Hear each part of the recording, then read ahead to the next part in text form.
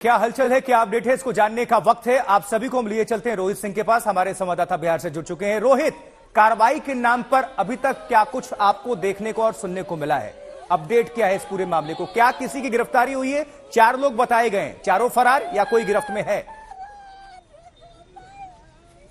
देखिए आशुतोष, अभी तक जो पूरे मामले की छानबीन चल रही है, इसमें अभी तक किसी की भी गिरफ्तारी नहीं हुई है। हालांकि जो जानकारी मिल रही है कि अपराधी 4 की संख्या में थे, जो सुबह तड़के 4 बजे विमल यादव के घर पर पहुंचते हैं, दरवाजा खटखटाते हैं और विमल यादव को जब उठते हैं तो उनके सीने में गोलियां दागकर वो वहां से फरार हो जाते हैं। उसके बाद से तकरीबन 6-7-8 घंटे का वक्त बीत चुका है। अभी तक पुलिस के हाथ खाली है। हालांकि पुलिस ये दावा कर रही है कि 24 घंटे के अंदर अपराधियों को पकड़ लिया जाएगा। लेकिन देखिए आशुतोष, जैसा कि नेता सरकार में मृत्युंजय तिवारी हो या फिर सम्राट चौधरी, जब बात चल रही थी राजनीतिक बयानबाजी, ये पहली बार नहीं है कि किसी पत्रकार की हत्या हुई है।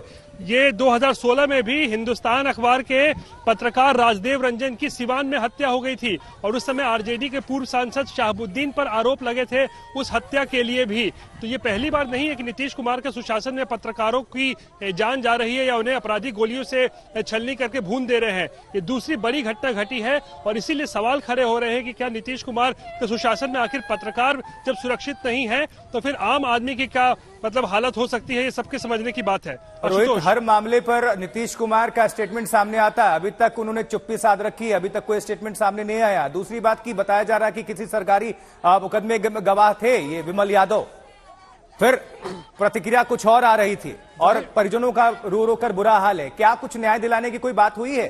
कोई मदद देने की कोई बात की गई है सरकार की तरफ से, मंत्रियों की तरफ से? देखिए, जाहिर सी बात है जो आप बता रहे हैं सही है। 2 साल पहले विमल यादव के भाई की हत्या हो गई थी, अपराधियों ने हत्या की थी और उसी मामले में वो सरकारी गवाह थे अपने भाई की हत्या में। और अब आरोप लग रहे हैं कि जो हत्यारे हैं उनके तरफ से जो है इस हत्याकांड को अंजाम दिया गया है। हालांकि ये सूत्रों से खबर आ रही है और पुलिस इसी बिंदु पर अब जांच भी कर रही है कि क्या उसके बड़े भाई की जिसने हत्या की थी, क्या वही गैंग जो है इसके पीछे हो सकता है। लेकिन अगर ऐसी बात है तो ये एक बड़ा कह सकते हैं लापरवाही भी है, क्योंकि सरकारी गवाह जब थे विमल यादव तो आखिर उनको किसी प्रकार की सुरक्षा क्यों नहीं दी गई थी? क्योंकि उनको जाहिर सी बात है जान का खतरा तो पहले से होगा। तो ऐसे में अगर अपराधी पत्नी को हम सुन रहे थे रोहित, वो कह रही है साफ तौर पर कि सरकारी गवाह थे और कई बार सुरक्षा की गुहार लगाई गई, उनको सुरक्षा प्रदान करने की बात की गई थी, रिक्वेस्ट किया गया था, लेकिन उनको मुहैया नहीं कराया गया था। नतीजा क्या है हमने देख लिया। बिल्कुल, मैं भी यही कह रहा हूं ना। परिवार वालों की तरफ से कहा जा रहा है कि उनको सुरक्षा दी जाए, क्योंकि वो अपने भाई के हत्याकांड में सरकारी गवाह थे, उनको अपनी जान का खतरा खुद महसूस हो रहा था। लेकिन उसके बावजूद भी अगर उन्हें सुरक्षा नहीं दी गई और जिसके वजह से आज इतनी बड़ी घटना घटी कि अपराधी घर में घुसकर गोली मारते हैं और हत्या कर देते हैं, तो इससे सवाल खड़े हो रहे हैं कि आखिर जिला प्रशासन ने इतनी लापरवाही क्यों की, पुलिस की लापरवाही क्यों की, आखिर इसको किसी प्रकार की सुरक्षा क्यों नहीं दी गई विमल यादव को?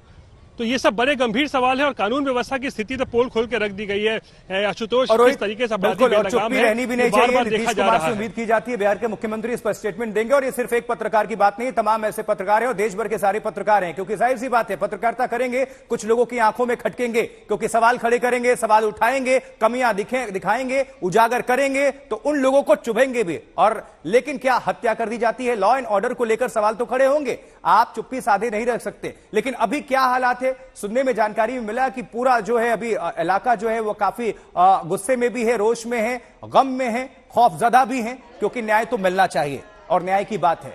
क्योंकि वापसी, अब जिंदगी वापस तो नहीं आ सकती, लेकिन कम से कम इनके गुनहगार वो खुले आसमान में नहीं घूमने चाहिए। रोहित, हमारे साथ जुड़ने के लिए आपका बहुत बहुत शुक्रिया। इस पूरी खबर पर दर्शकों को अपडेट करने के लिए।